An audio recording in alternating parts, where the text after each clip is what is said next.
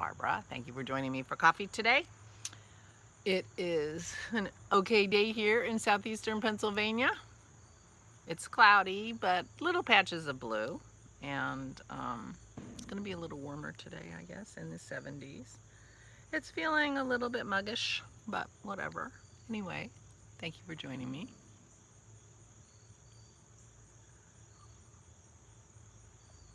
I had to do my first task of the day is done, I hope.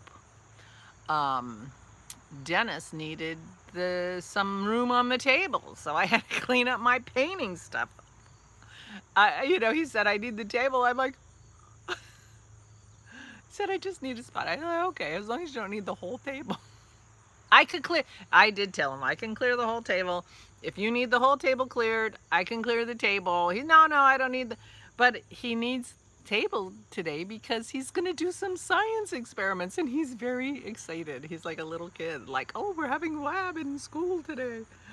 He's, exactly, the nerve needing the table. But he's going to be doing science experiments. He's been ordering like equipment, measuring things and gizmos and whatever to test for different elements and chemicals and properties of his wine. And so he has, received several interesting boxes. He's very excited. He's very excited to do science today. So I cleared half the table. When he comes down, I'll see if it's enough. But I can clear the whole table because he was so excited. And fair's fair. But one of his little gizmos he showed me last night. So it's a two-part gizmo. It's a little black box about that big, about that tall. On the side of it, it had a knob, I think, and it's electric. And the other part of it is a little white lozenge. Looks like it's ceramic, and it's about this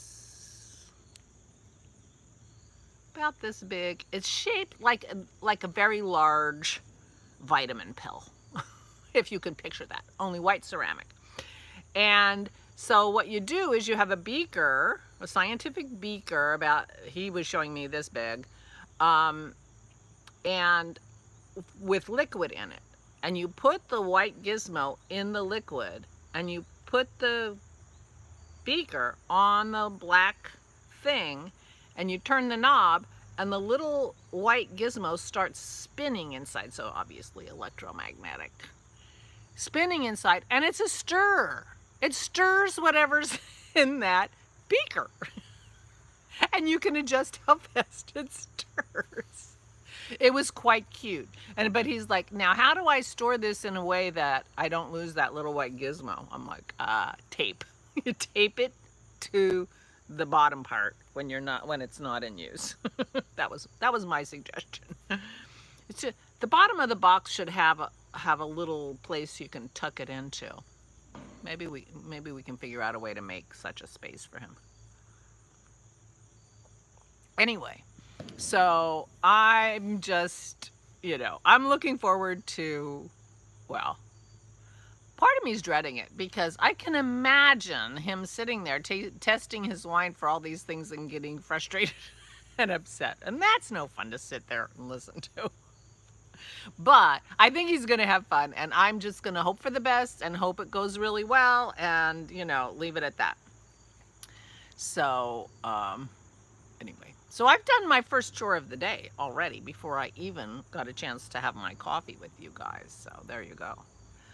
Yesterday was quite busy. We went to the store and got dog food, but I don't know about your store, but my store has got a lot of empty space on the shelves, which is not typical for us in normal times. But this whole,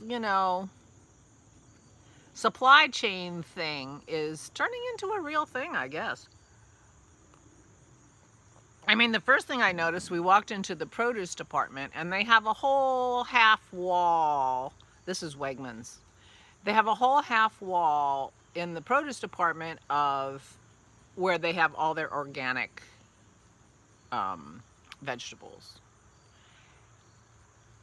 Almost over half of one of their rows, there's like 3 shelves in this area, The middle shelf, over half of the shelf was artichokes spread out. One layer, single layer of artichokes.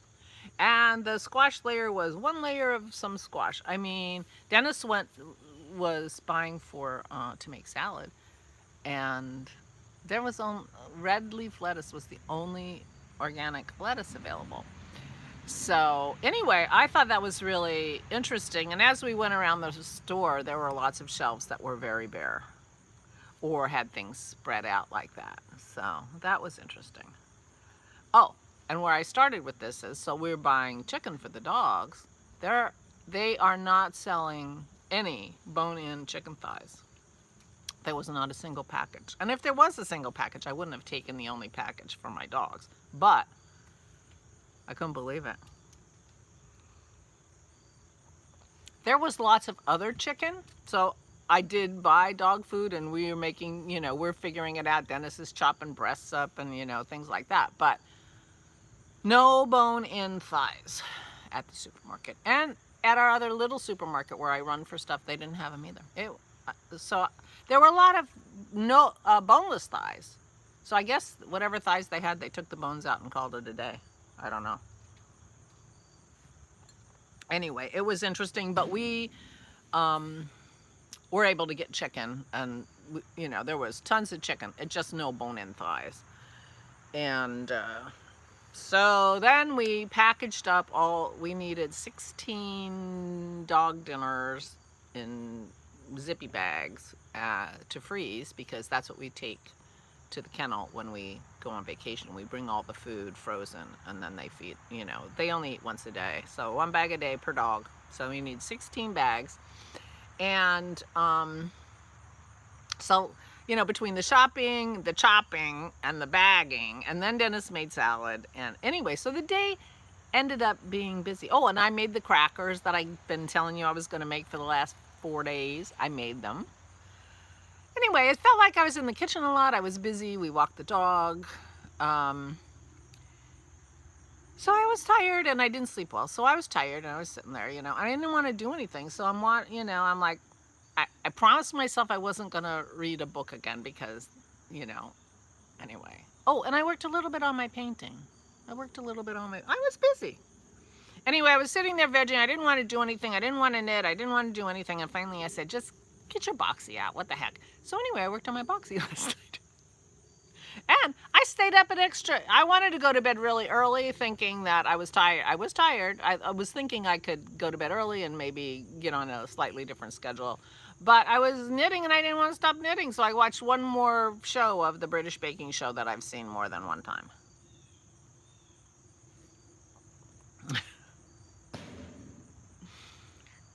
I didn't want to go to bed because I was knitting, and that made me smile so much. So I'm very close to finishing the back, and then I'll do the front. And so my boxy's coming along. So I was knitting on my boxy, and I was enjoying knitting on my boxy, and that made me smile. So that was yesterday. Yeah, so I painted a little bit on my picture. I added more on that stone in the middle of the, the stone tower.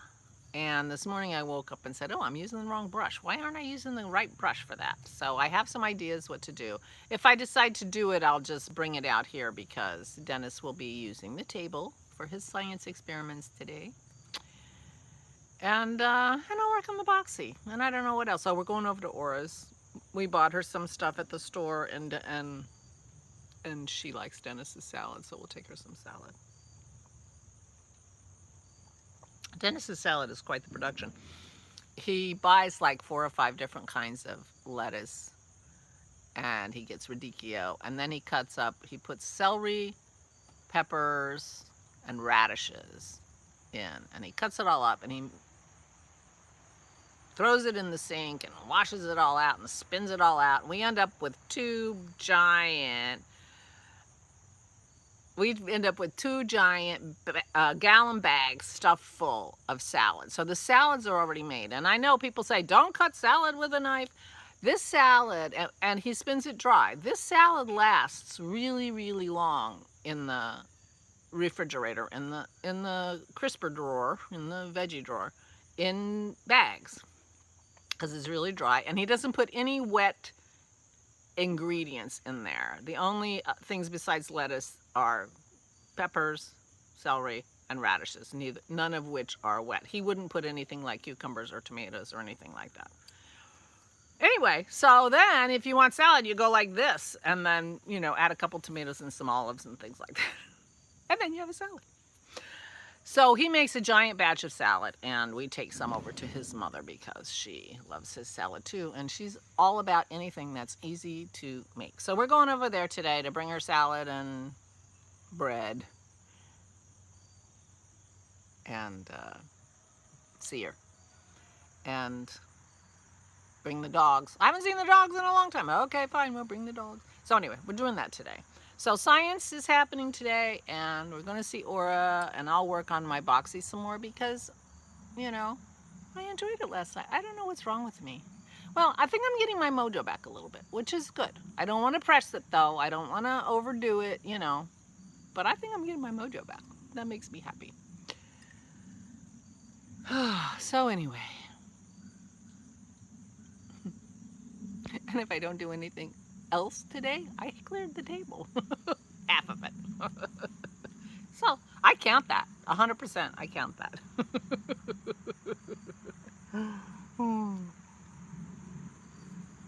Yeah. But I've been thinking about that picture. So I have another, you know. I mean, it never occurred to me that you would do watercolor paintings over the course of, you know, several days. I didn't know that. Of course, I didn't know anything about it, watercolor painting, so I don't know why I would think I would know that, but anyway. So I might do a little painting, I'll do a little knitting, go to Aura's, play with my dogs, and that'll be that. All right. I think that's it. I don't have anything else to say. Thank you to everybody who wants to join the Knit a Cozy Sweater make along. And you know, I say if you are ready, cast on. I could cast on any minute now because, you know, if I get an urge to cast on instead of finish my boxy. But I'm definitely taking that on my trip. That will be Nag's Head knitting for sure. And so it started now. If you're in the mood, go ahead, go for it. And you know, I don't see any reason not to start now, and I don't see any reason to set an end date necessarily, but if you think you want one because that will help you get motivated, we could do that. It could be the end of the year. It's only 2 months. Some people take longer than that lately. So maybe we'll end it like March 21st when winter is over in the Northern Hemisphere. Yeah, this is a very Northern Hemisphere centric. Although I imagine it's all Northern Hemisphere centric practically. You know, I mean, that's how we are, right? We're in our own whatever. So the spring summer sweater knit-alongs are happening, and they're being started and done down under, so in the Southern Hemisphere. In my mind, when I say down under, I'm thinking Australia, which I have no idea why, because it's no, you know, it's no more down than South America or New Zealand or Africa, so I'm not sure. But anyway, I do understand that sort of centricness because in the United States we have East Coast centric society that I didn't realize until I was living on the West Coast, which is a 3-hour time zone difference.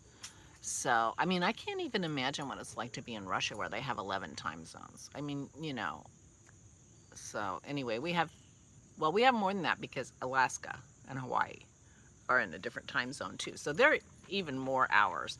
But continental United States, is 3 time zones.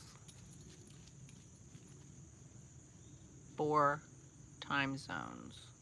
So there are 4 time zones. So Pacific is 3 hours away from Eastern. So we have Eastern, Central, Mountain, Pacific in the continental United States. So anyway, I came to understand that this country is centered around the Eastern time zone. And so I understand that I'm kind of centered in the Northern Hemisphere. And I apologize for that. So if you want to make a not cozy sweater, because it's going to be summertime soon, where you are, that works. Any kind of sweater you want to make in our Make a Cozy, and cozy can mean anything, right? No, whatever. It's a stretch, and I'll stop. All right. So, meanwhile, back at the ranch, please, please, please take good care of yourselves. Please, please, please. I'm going to say goodbye. I'll talk to you tomorrow. Stay safe and stay sane.